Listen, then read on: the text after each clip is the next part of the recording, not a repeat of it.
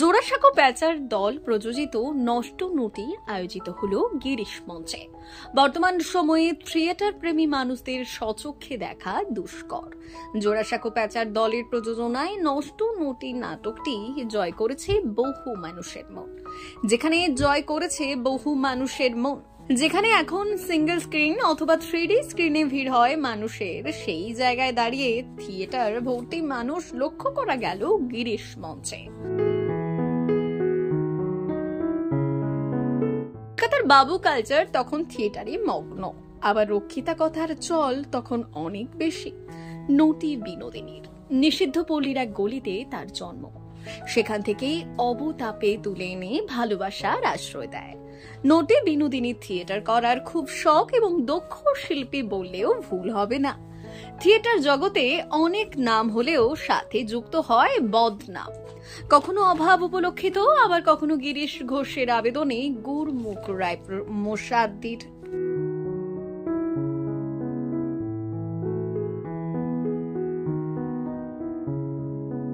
কখনো অভাব উপলক্ষিত, আবার কখনো গিরিশ ঘোষের আবেদনে গুরমুখ রায় মোসাদ্দির সাথে দেখাও করলেন। ফলস্বরূপ ভালোবাসার জন্য গুরমুখ রায় মোসাদ্দি বিনোদিনীর নামে থিয়েটার উপহার দিতে চাইলেন এবং শেষ দেখার সেই থিয়েটার উপহার দিলেন। যদিও গিরিশ ঘোষের নাট্যদলের কর্মীরা এতে আপত্তি জানায়। এক নষ্ট মেয়ের নামে থিয়েটার, সাধারণ মানুষ কি আসবে? পরবর্তীতে সেই থিয়েটারের নাম হলো কলকাতার বিখ্যাত স্টার থিয়েটার। যদিও বর্তমান সময়ে স্টার থিয়েটারের নাম বদল করে রাখা হয়েছে বিনোদিনী থিয়েটার। বিনোদিনীর জীবনের কিছু গল্প এবং স্টার থিয়েটার তৈরির নেপথ্যে কাহিনীর সেই সত্যতা নিজেদের নাটকের মাধ্যমে তুলে ধরল প্যাচার দলের সদস্যরা। এবং এই দলের বেশিরভাগ সদস্যরাই কলেজ পড়ুয়া এবং এই প্রথম তাদের নাট্যমঞ্চে উপস্থাপনা।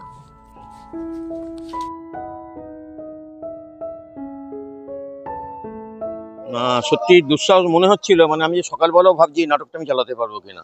আমার মনে প্রচন্ড ভয় ছিল, কেননা এত বেশি প্রচার এবং সব জায়গায় সিনেমা করা বা এই করা, সমস্ত জায়গায় এত তার কি বলবো বাহ্যিক আড়ম্বর। সেই জায়গায় আমার এই গরিবের ম্যারম্যারে একটা থিয়েটার লোকে দেখবে কিনা, আমার লোকে সেভাবে নেবে কিনা, এই দিক দিয়ে আমার মনে হয়েছে আমি একটু দুঃসাহসের কাজই করে ফেলেছি। যদি সার্থক হয়ে থাকে নাটকটা, সেটা সমাবেত প্রচেষ্টা এটা বলবো। এবং আমার দলের ছেলে মেয়েদের বা আরো যারা এই মনস্বী বা যে গানে যারা করেছে, তাদের অসম্ভব কৃতিত্ব, অসম্ভব। আমি সেখানে মালা গেঁথেছি মাত্র, এরা পিলার দান করিয়েছে আমার নাটকে। প্রথম স্টেজ সবাইরই প্রথম স্টেজ। আমি আরো বলি যে বিনোদিনী করলো, তার কিন্তু এটা প্রথম স্টেজ, প্রথম।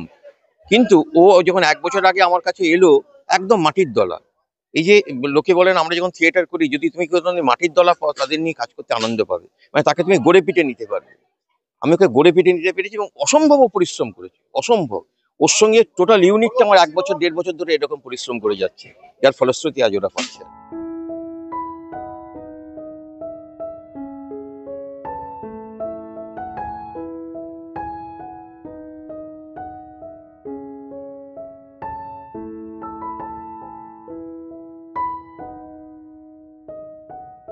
অসাধারণ। আমাদের এই যে উদ্যোগ সত্যি সত্যি আমরা বেশ কয়েকদিন 1 বছরের ওপরে আমরা প্রায় এই পরিশ্রমটা করেছি। আর এটা একদম একটা প্রায় রিসার্চ ওয়ার্কের মধ্যে দিয়ে আমরা গেছি। কেননা যে নাটকটা বৈদ্যনাথ মুখোপাধ্যায়ের লেখা, সেই নাটকটাকে প্রায় অনেকাংশে আমরা এর ইম্প্রোভাইজেশন করেছি। বিভিন্ন রকম আপনারা দেখতেই পেলেন, নল দময়ন্তী তার ঢোকানো আছে, কপালকুণ্ডলা ঢোকানো আছে, বিভিন্ন ড্রামাটাইজ করা হয়েছে বিভিন্ন আঙ্গিকে। এবং এর যে সঙ্গীতের যে জায়গাটা, আবহ যে জায়গাটা, সঙ্গীতটাও এটা একটা রিসার্চ ওয়ার্কের মাধ্যমেই একটা করা। এবং আপনারা শুনলেন, দেখলেন যে মনস্বী আমাদের যে মিউজিকের করেছেন, সে সত্যিই একটা রিমার্কেবল কাজ করেন। এখনো সে গিরিশের ওপরেই একটা রিসার্চ ওয়ার্ক সে করে। এই কারণে আমরা চেষ্টা করেছি, আমাদের যতটুকু সাধ্য ততটুকু আমরা চেষ্টা করেছি। জানি না তা দর্শকের কাছে বা আপনাদের কাছে কিরকম লেগেছে, আপনাদের মতামত পেলে ভুল ত্রুটি কিছু হলে পরে তাহলে আমরা আমরা আরো সংশোধিত হব। আমার নাম সৌমিত্র দাস।